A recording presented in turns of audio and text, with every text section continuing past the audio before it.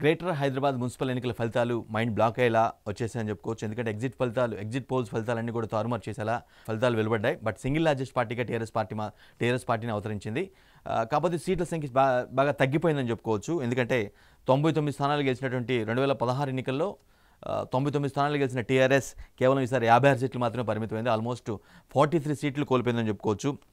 ఇక బీజేపీ మాత్రం అనూహ్యంగా ఎవరు ఊహించిన విధంగా ఒక పెద్ద స్ట్రాంగెస్ట్ పార్టీగా ఒక ప్రత్యామ్నాయంగా ఏర్పడిందని చెప్పుకోవచ్చు. ఎందుకంటే వారికి ఆ స్థాయిలో సీట్లు వచ్చాయి, ఓట్ల పర్సంటేజ్ కూడా వచ్చాయని క్లియర్ కట్గా మనకి ఇప్పుడు వస్తున్న ఫలితాలు అర్థమవుతుంది. ఎందుకంటే 2016 ఎన్నికల్లో కేవలం 4 సీట్లు మాత్రమే గెలుచుకుంది. బట్ ఇక్కడ మాత్రం ఆల్మోస్ట్ 49 సీట్లు హాఫ్ సెంచరీకి దగ్గరగా జస్ట్ మిస్ అయింది. 49 సీట్లు గెలుచుకుంది. అంటే చాలా బలపడినట్టుగా మనం అర్థం చేసుకోవచ్చు. ఆల్మోస్ట్ 45 సీట్లు ఇంప్రూవ్ చేసుకుంది. అంటే 4 ఏళ్ల పరిధిలోనే 4 ఏళ్ల గ్యాప్లో 45 సీట్లను అధికంగా సంపాదించుకోగలిగింది. నిజంగా ఎవరు కూడా బీజేపీకి ఈ స్థాయిలో ఆదరిస్తారని ఎవరు ఎక్స్పెక్ట్ చేయలేదు. ఎందుకంటే ఫస్ట్ మనం పోస్టల్ బ్యాలెట్లు ఓపెన్ చేసినప్పుడే మనకు చాలా క్లియర్ కట్గా అర్థమైంది. బీజేపీకి అన్ని పోస్టల్ బ్యాలెట్ ఓట్లు అన్నింటిలో కూడా బీజేపీ లీడ్ చేసింది. ఆ తర్వాత కొంత ఎప్పుడైతే సాధారణ ఓట్ల లెక్కింపు ఎక్కడైతే మొదలైందో అప్పుడు మాత్రం టీఆర్ఎస్ కొంత ముందంజలో కనిపించింది. ఆ తర్వాత మళ్ళీ బీజేపీ పుంజుకోవడం జరిగింది.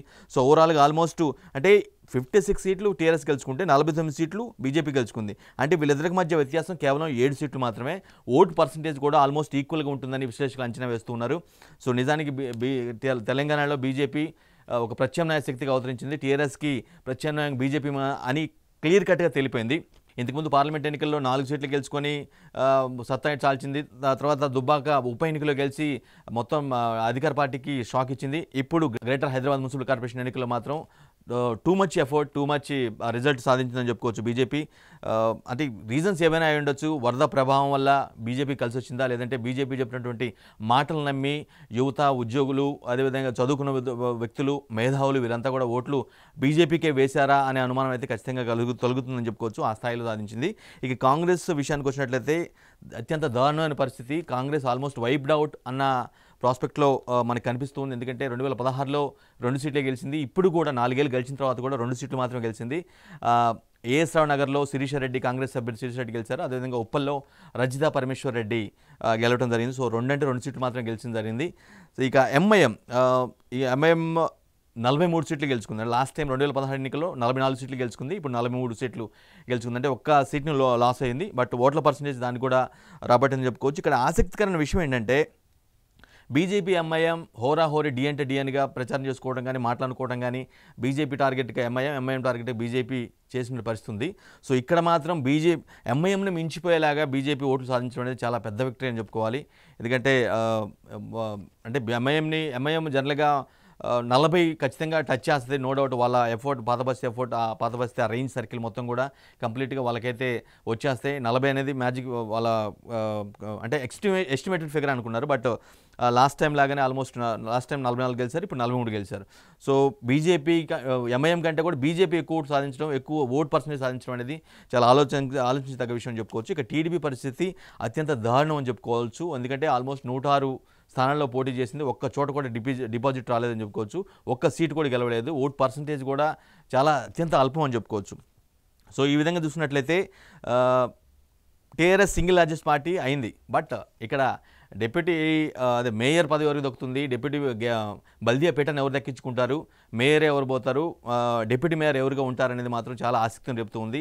ఇప్పటికే వాళ్ళు ఆ విధంగా అంచనాలు అంటే ఏ విధంగా సమీకరించాలి, మద్దతుని ఏ విధంగా సమీకరించాలి, గ్రేటర్ పీఠంలో ఎలా కూర్చోవాలనే దానిపై టీఆర్ఎస్ ఇప్పటికే చేసింది. అంటే అంచనాలు వేస్తూ ఉంది. అయితే వాళ్ళ దగ్గర ఉన్నటువంటి ఆప్షన్స్ ఒకసారి మనం చూసినట్లయితే ఇక్కడ ఎక్సెప్షియో మెంబర్ చాలా కీలకంగా మారుతూ ఉంటారు. నిజానికి 150 సీట్లు అయితే మ్యాజిక్ ఫిగర్ 76 సరిపోతుంది. బట్ మేయరు, డిప్యూటీ మేయర్ 2 కూడా కావాలంటే ఎక్సెప్షియో మెంబర్స్తో కలుపుకొని ఆల్మోస్ట్ ఒక 98 సీట్లు కనుక ఉన్నట్లయితే ఖచ్చితంగా మేయరు, డిప్యూటీ మేయరు ఒకే పార్టీకి సంబంధించిన వ్యక్తులు ఉండొచ్చు. బట్ ఇక్కడ పరిస్థితి మాత్రం చాలా తారుమారుగా ఉంది. ఎందుకంటే టీఆర్ఎస్ గెలిచింది 56 సీట్లలో గెలిచింది. ఎక్సెప్షియో మెంబర్స్ 31 ఉన్నారు. సో ఈ 2 కలుపుకున్నా సరే వాళ్ళకి 87 దాకా వస్తే తప్పించి 98 ఓట్స్ వచ్చిన పరిస్థితి లేదు. అంటే మేయరు, డిప్యూటీ మేయర్ 2 కూడా ఒకే పార్టీ టీఆర్ఎస్ పార్టీ కైవసం చేసుకునే పరిస్థితి కనిపించట్లేదని చెప్పుకోవాలి. సో ఈ నేపథ్యంలో ఎంఐఎంతో దోస్తీ పెట్టుకుంటారా అనేది మాత్రం మనకి అర్థమవుతుంది. ఎందుకంటే వాళ్ళకున్న ఆప్షను ఎక్సెప్షో ద్వారా దక్కించుకోవాలని చూస్తారు. బట్ ఇక్కడికి వచ్చిన ఫిగరు వాళ్ళు గెలిచిన సీట్లు ఎక్సెప్షన్ మెంబర్స్ కలిపితే మాత్రం ఏదైతే కావాలో అంటే 2 ఒకే పార్టీకి సంబంధించిన ఇద్దరు కూడా మేయర్ డిప్యూటీ మేయర్ ఇద్దరు ఒకే పార్టీకి సంబంధించిన వ్యక్తులు ఉండాలంటే 98 సీట్లు రావాల్సి ఉంది. సో ఇప్పుడు ఆయన టీఆర్ఎస్ గెలిచిన స్థానాలు ఎక్సెప్షన్ కలుపుకుంటే అటువంటి పరిస్థితి లేదు కాబట్టి వాళ్ళకి ప్రత్యామ్నాయంగా అలయన్స్తోనే ప్రత్యామ్నాయం ఏర్పడే అవకాశం కనిపిస్తుంది. ఎంఐఎంతో 2016లో జతకట్టారు కాబట్టి ఇప్పుడైతే ఇండివిజువల్గా ఎవరికారు ఇండివిజువల్ పోటీ చేస్తారు. బట్ మైత్రి కొనసాగుతుందని ఇండైరెక్ట్గా మనకి రాజకీయ వర్గాల్లో ఉంది కాబట్టి ఖచ్చితంగా వారిద్దరు కలిసే అవకాశం అయితే కనిపిస్తూ ఉంది.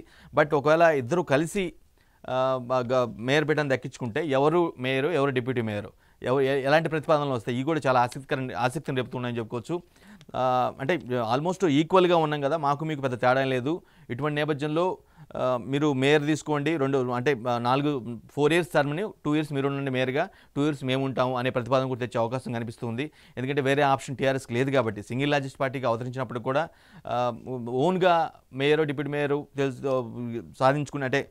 నియమించుకునేటువంటి సంఖ్యాబలం లేదు కాబట్టి ఎంఐఎంతో దోస్తీ తప్పదు, ఖచ్చితంగా వారి సపోర్ట్ తీసుకోవాల్సిన అవసరం ఉంటుంది. ఒకవేళ తీసుకుంటే ఆ తర్వాత పరిణామాలు ఏంటనే దానిపై కూడా టీఆర్ఎస్ వర్గాలన్నీ కూడా అంచనా వేస్తూ ఉన్నాయి. ఎందుకంటే కలిసి చేశారంటే, కలిసి మేయర్ పీఠాన్ని దక్కించుకున్నారంటే, మేయర్ పదవిని దక్కించుకున్నారంటే ఖచ్చితంగా విమర్శలకి ఎందుకంటే ఇక్కడ జనరల్గా ఏదైనా వర్క్ విషయంలో కానీ లేదంటేనో నిధుల విషయంలో కానీ ఏదైనా తేడా వస్తే ఒకరికొకరు విమర్శలు చేసుకునే అవకాశం ఇచ్చినట్టుగా ఉంటుంది. ముఖ్యంగా ఎంఐఎంకి ఇచ్చిన అవకాశం ఉంటుంది కాబట్టి సో వారి యొక్క డిమాండ్కి తగ్గేలాగా అటువంటి పరిస్థితులు తలెత్తుతాయి. సో ఈ నేపథ్యంలో టీఆర్ఎస్ ఏం చేస్తుంది ఏంటనేది మాత్రం చాలా ఆసక్తికరంగా మారిందని చెప్పుకోవచ్చు. ఇక్కడ విచిత్రం ఏంటంటే టీఆర్ఎస్ పార్టీలో ఉన్నటువంటి ప్రముఖులు ఎవరైతే ఉన్నారో వాళ్ళలో చాలామంది వాళ్ళ బంధువులు కానీ లేదంటే వాళ్ళ ఇన్ఛార్జ్గా ఉన్నటువంటి నియోజకవర్గాన్ని కూడా చాలా ఘోరంగా ఓడిపోవడం జరిగింది. సో ఇది ఒక హైలైట్గా నిలుస్తుందని చెప్పుకోవచ్చు. ముఖ్యంగా గాంధీనగర్లో టీఆర్ఎస్ ఓటమి పాలైంది. గాంధీనగర్కి ఇన్ఛార్జిగా కేసీఆర్ కుమార్తె కవిత ఉన్నారు. సో ఆమె ఇన్ఛార్జ్గా ఉన్నటువంటి గాంధీనగర్లో టీఆర్ఎస్ ఓడిపోయింది, బీజేపీ గెలిచింది. ఇది ఒక పెద్ద షాక్ అని చెప్పుకోవాలి. ఇంకోటి ఏంటంటే ముషీరాబాద్ ఎమ్మెల్యే ముఠా గోపాల్ మరదలు కంటెస్ట్ చేయడం జరిగింది ఒక ప్లేస్లో, అక్కడ కూడా బీజేపీ గెలవడం జరిగింది. నెక్స్ట్ ఉప్పల్ ఎమ్మెల్యే బేతి సుభాష్ రెడ్డి ఉప్పల్ ఎమ్మెల్యేగా ఉన్నారు. ఆయన భార్య స్వప్నారెడ్డి హబ్సిగూడలో కంటెస్ట్ చేశారు, అక్కడ కూడా ఓటమి పాలవడం జరిగింది. సో ఈ విధంగా చెప్పుకుంటే కొంతమంది ప్రముఖులు ఈ విధంగా ఓడిపోవడం జరిగింది. ఇంకా అన్నిటికంటే ఇంకో కీలకమైన విషయం ఏంటంటే ఎల్బీ నగర్ మహేశ్వరం డివిజన్లో ఆ నియోజకవర్గ పరిధిలో ఉన్నటువంటి అన్ని డివిజన్లలో కూడా బీజేపీ కైవసం చేసుకున్న పరిస్థితి కనిపిస్తుంది. ఎందుకంటే ఎల్బీ నగరు ఎమ్మెల్యే సుధీర్ రెడ్డి మనకు తెలిసిన అతనే, అదేవిధంగా మహేశ్వరం ఎమ్మెల్యే సబితాయిందర్ రెడ్డి, వీళ్ళిద్దరు కూడా కాంగ్రెస్లో గెలిచారు. ఆ తర్వాత టీఆర్ఎస్లోకి వెళ్ళిపోయి సబితాయిందర్ రెడ్డి మంత్రి అయిపోయారు, సుధీర్ రెడ్డి టీఆర్ఎస్ ఎమ్మెల్యేగా కొనసాగుతున్నారు. సో ఈ 2 నియోజకవర్గాల్లో ఉన్నటువంటి అన్ని డివిజన్లలో కూడా బీజేపీ గెలవడం అనేది ఒక పెద్ద షాక్ అని చెప్పుకోవాలి. సో వారి వైఫల్యం ఏమని క్లియర్ కట్గా ఆరోపణలు కూడా బయటకు వస్తూ ఉంటాయి. ఎందుకంటే ఆ స్థాయిలో అక్కడన్నీ కూడా బీజేపీ గెలవడం జరిగిందని చెప్పుకోవచ్చు. సో మొత్తానికి ఓవరాల్గా ఈ గ్రేటర్ హైదరాబాద్ మున్సిపల్ కార్పొరేషన్ ఎన్నికలు మాత్రం నిజంగా టీఆర్ఎస్కి మరో షాక్ అని చెప్పుకోవాలి. సింగిల్ లార్జెస్ట్ పార్టీగా అవతరించినప్పుడు కూడా మేయర్ పీఠాన్ని డిప్యూటీ మేయర్ పీఠాన్ని దక్కించుకునే అవకాశం అయితే కనిపించట్లేదు. సో వితౌట్ అలయన్స్ ఉంటే తప్పించి గెలుచుకునే అవకాశం కనిపించట్లేదు. ఇది పెద్ద షాక్ అని చెప్పుకోవాలి. బీజేపీకి మాత్రం చాలా పెద్ద బూస్టప్. ఎందుకంటే టీఆర్ఎస్ హైదరాబాద్ ప్రజల విశ్వాసాన్ని చూరగొనటంలో ఫెయిల్ అయిందా లేదంటేనో వీరు బీజేపీ వాళ్ళు సక్సెస్ అయ్యారనే విషయాన్ని పక్కన పెడితే మాత్రం ఓవరాల్గా రిజల్ట్ అయితే బీజేపీకి ఆనందంగా, టీఆర్ఎస్కి మాత్రం చాలా బాధగా ఉన్నటువంటి పరిస్థితి కనిపిస్తూ ఉంది. ఒక దశలో కొంత మెజారిటీ ఫిగర్ టచ్ చేస్తేమో అని ఒక వాదనలు కూడా కనిపించాయి. బట్ అటువంటి పరిస్థితి రౌండ్ గడిచే కొద్దికి, గంటలు గడిచే కొద్దికి మ్యాజిక్ ఫిగర్ ఉందో ఆ ఫిగర్కి తగ్గుకుంటూ కేవలం 56 సీట్లు మాత్రమే పరిమితం అని చెప్పుకోవచ్చు. సో టీఆర్ఎస్కి నిజంగా ఒక పెద్ద షాక్ అని చెప్పుకోవాలి. 99 నుంచి 56కి పడిపోవడం అంటే తన పట్టు చాలా వరకు కోల్పోయిందేమో హైదరాబాద్లో అనేది చాలా క్లియర్ కట్గా అర్థమవుతుందని చెప్పుకోవచ్చు. బీజేపీ మాత్రం 4 నుంచి 49కి ఎక్స్టెండ్ అయిందంటే ఒక పెద్ద స్టెప్ వేసింది. ఆల్మోస్ట్ 45 సీట్లు పెంచుకుందంటే ఇది వాళ్ళకి చాలా పెద్ద విజయం. ఆల్మోస్ట్ అధికార పార్టీకి బీజేపీకి ఉన్నటువంటి సీట్ల సంఖ్య తక్కువే, at the same time vote percentage కూడా చాలా ఆల్మోస్ట్ ఈక్వల్గా ఉంది. సో ఇది బీజేపీకి ఒక పెద్ద మొరేల్ అని చెప్పుకోవాలి. బండి సంజయ్ రాష్ట్ర అధినాయకత్వం ఏదైతే ఉందో ఆయన అధినాయకత్వంలో బీజేపీకి అయితే మంచి విజయమే అందుకుందని చెప్పుకోవాలి. ఇది మేయర్ పీఠం వాళ్ళు దక్కించుకునే స్కోప్ లేనప్పుడు కూడా బట్ ఎందుకంటే సీట్లు పెరిగాయి, ఓట్ పర్సంటేజ్ కూడా పెరిగింది కాబట్టి ఖచ్చితంగా వాళ్ళకి పెద్ద బూస్టప్పే. ఆయన టేకప్ చేసిన తర్వాత ఎప్పుడైతే రాష్ట్ర అధ్యక్షుడిగా పదవి బదిలీ చేపట్టిన తర్వాత 2 ఎలక్షన్స్ ఫేస్ చేశారు. ఒకటి దుబ్బాక బై ఎలక్షన్, అక్కడ గెలిచారు. Next greater Hyderabad municipal corporation ఎన్నికల్లో ఆయన నాయకత్వంలో జరగడం జరిగింది. ఇక్కడ కూడా మంచి రిజల్టే వచ్చింది. రేపు నాగార్జున సాగర్లో కూడా ఉప ఎన్నిక రానుంది. అక్కడ కూడా చాలా ధీమాగా గెలుస్తామని ముందుగానే చెప్తున్న పరిస్థితి ఉంది. కొద్దిసేపటి క్రితం ఆయన ప్రెస్ మీట్ కూడా పెట్టడం జరిగింది. వచ్చే అసెంబ్లీ ఎన్నికల్లో ఖచ్చితంగా బీజేపీదే అధికారం తెలంగాణలోనే చాలా స్పష్టంగా చెప్తున్నారు. ఈ విజయానికి కారణం ఈ గ్రేటర్ హైదరాబాద్ మున్సిపల్ కార్పొరేషన్లో బీజేపీకి వచ్చినటువంటి ఆ ఓట్లు కానీ ఓటు పర్సెంటేజ్ వెనక నేతలు బీజేపీ కార్యకర్తల పోరాట పటిమ ఉందని, టీఆర్ఎస్ పాలన చాలా అవినీతిమయంగా ఉందని, కేసీఆర్ చేసినటువంటి అవినీతి సహించలేకే ఈ విధంగా ఓట్లు తీర్పు ఇచ్చారని బండి సంజయ్ చాలా తీవ్రమైనటువంటి ఆరోపణలు చేయడం జరిగింది. ఖచ్చితంగా వచ్చే ఎన్నికల్లో తెలంగాణలో బీజేపీదే విజయం అని బండి సంజయ్ చెప్తున్నారు. ఇక కాంగ్రెస్ పరిస్థితి మరి అత్యంత దారుణంగా ఉందని చెప్పుకోవచ్చు. 4 గ్యాప్లో 2 సీట్ల నుంచి ఆ 2 సీట్లలోనే ఉండారు తప్పించి ఎటువంటి ఎఫెక్ట్ చూపెట్టలేదు.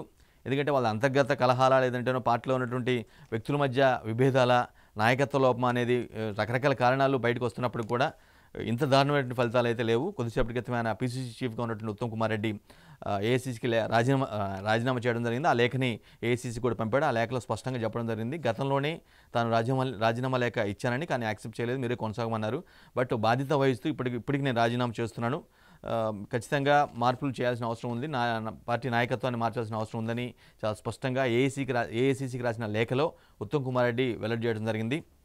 అంటే ఒక రకంగా ఏంటంటే ఆయన చాలా స్పష్టంగా గతంలోనే నేను రాజీనామా చేస్తా అని చెప్పాను.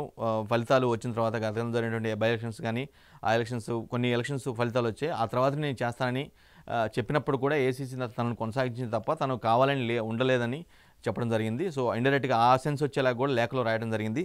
సో టీడీపీ పరిస్థితి అత్యంత అధ్వానం అనమాట. ఇక వైప్డ్ అవుట్ లేదు. ఎందుకంటే లాస్ట్ టైం ఎలక్షన్స్లో ఒకటి సాధించారు, కేబీహెచ్పీలోనే అక్కడ గెలిచారు. బట్ ఇప్పుడు అది కూడా లేకుండా పోయింది. 106 స్థానాల్లో పోటీ చేసిన 106 స్థానాల్లో కనీసం డిపాజిట్ దక్కలేదంటే టీడీపీ పరిస్థితి అంత దారుణంగా తయారైంది.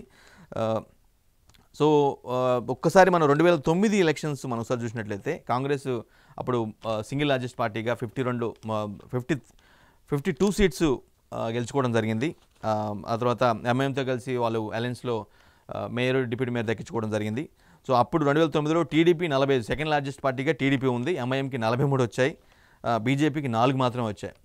సో అప్పటికి అంటే ఆల్మోస్ట్ ఈ గ్యాప్లో ఆల్మోస్ట్ ఈ 11 ఏళ్ల గ్యాప్లో బీజేపీ అయితే చాలా బలపడింది. కాంగ్రెస్, టీడీపీ రెండు కూడా వైప్డ్ అవుట్ అయ్యాయి. ఎంఐఎం మాత్రం తన యొక్క బేస్ని అంతే ఉందని చెప్పుకోవచ్చు. అంటే కోల్పోకుండా తన బేస్, దాని పట్టుని తను ఎక్కడైతే సత్తా చాటగలదో ఆ ప్రాంతాల్లో అన్నింటిలో కూడా ఎటువంటి పట్టు కోల్పోకుండా ఇప్పటికీ స్టాండర్డ్గా అదే ఓటర్ బలాన్ని మెయింటైన్ చేస్తుందని చెప్పుకోవచ్చు. టీఆర్ఎస్ మాత్రం ఎప్పుడైతే తెలంగాణ రాష్ట్ర ఆవిర్భావం జరిగిందో తర్వాత టీఆర్ఎస్ పుంజుకోవటం, మళ్ళీ గవర్నమెంట్ ఫామ్ చేయటం, ఆ తర్వాత సెకండ్ టైం కూడా గెలవటం, ఈ విధంగా చెప్పుకుంటూ పోతే టీఆర్ఎస్ కొంత బలపడుతూ వచ్చినప్పుడు కూడా ఇటీవల కాలంలో ఆల్మోస్ట్ దుబ్బాక దగ్గర నుంచి అంటే పార్లమెంట్ ఎలక్షన్స్ నుంచి వరుసగా కోల్పోతున్న పరిస్థితి కనిపిస్తూ ఉంది. కొంచెం టీఆర్ఎస్ బలం తగ్గిందేమో అని చాలా స్పష్టంగా అర్థమవుతుంది. ప్రతి వ్యక్తి కూడా అర్థం చేసుకునేటువంటి పరిస్థితి అయితే కనిపిస్తూ ఉంది. సో ఇది గ్రేటర్ హైదరాబాద్ మున్సిపల్ కార్పొరేషన్ యొక్క ఫలితాలు అయితే ప్రతి ఒక్కరికి షాక్ని గురిచాయని చెప్పుకోవచ్చు. ఎగ్జిట్ పోల్స్ అన్ని కూడా తారుమారయ్యేలాగా ఫలితాలు రావడం జరిగింది. టీఆర్ఎస్ ఖచ్చితంగా సెంచరీ కొడతామని అనుకున్నప్పుడు కూడా ఆ స్థాయి ఫలితం చేయించలేదు. కేవలం 56 సీట్లకు మాత్రం పరిమితమైంది. ఇప్పుడు మేయర్ పేరటాన్ని దక్కించుకోవడానికి చాలా తిప్పలు పడాల్సిన పరిస్థితి వచ్చింది. వేరే వాళ్ళతో అలయన్స్ చేయాల్సిన పరిస్థితి అయితే ఖచ్చితంగా వచ్చిందని చెప్పుకోవచ్చు. BJP hero of the day అని చెప్పుకోవచ్చు. ఎందుకంటే వాళ్ళు 4 నుంచి 49కి రీచ్ అవ్వగలిగారంటే చాలా పెద్ద విజయం అని చెప్పుకోవచ్చు. వాళ్ళకి మేయర్ పీఠం దక్కపోయినా సరే ఓట్ల సీట్ల సంఖ్య పెంచుకున్నారు, ఓట్ల పర్సంటేజ్ కూడా పెంచుకున్నారు. తమ వైపు అందరూ ఉన్నారు, టీఆర్ఎస్ ప్రత్యామ్నాయంగా తాము చూస్తున్నారని క్లియర్ కట్ ఇండికేషన్స్ అయితే ఇవ్వగలిగిందని చెప్పుకోవాలి.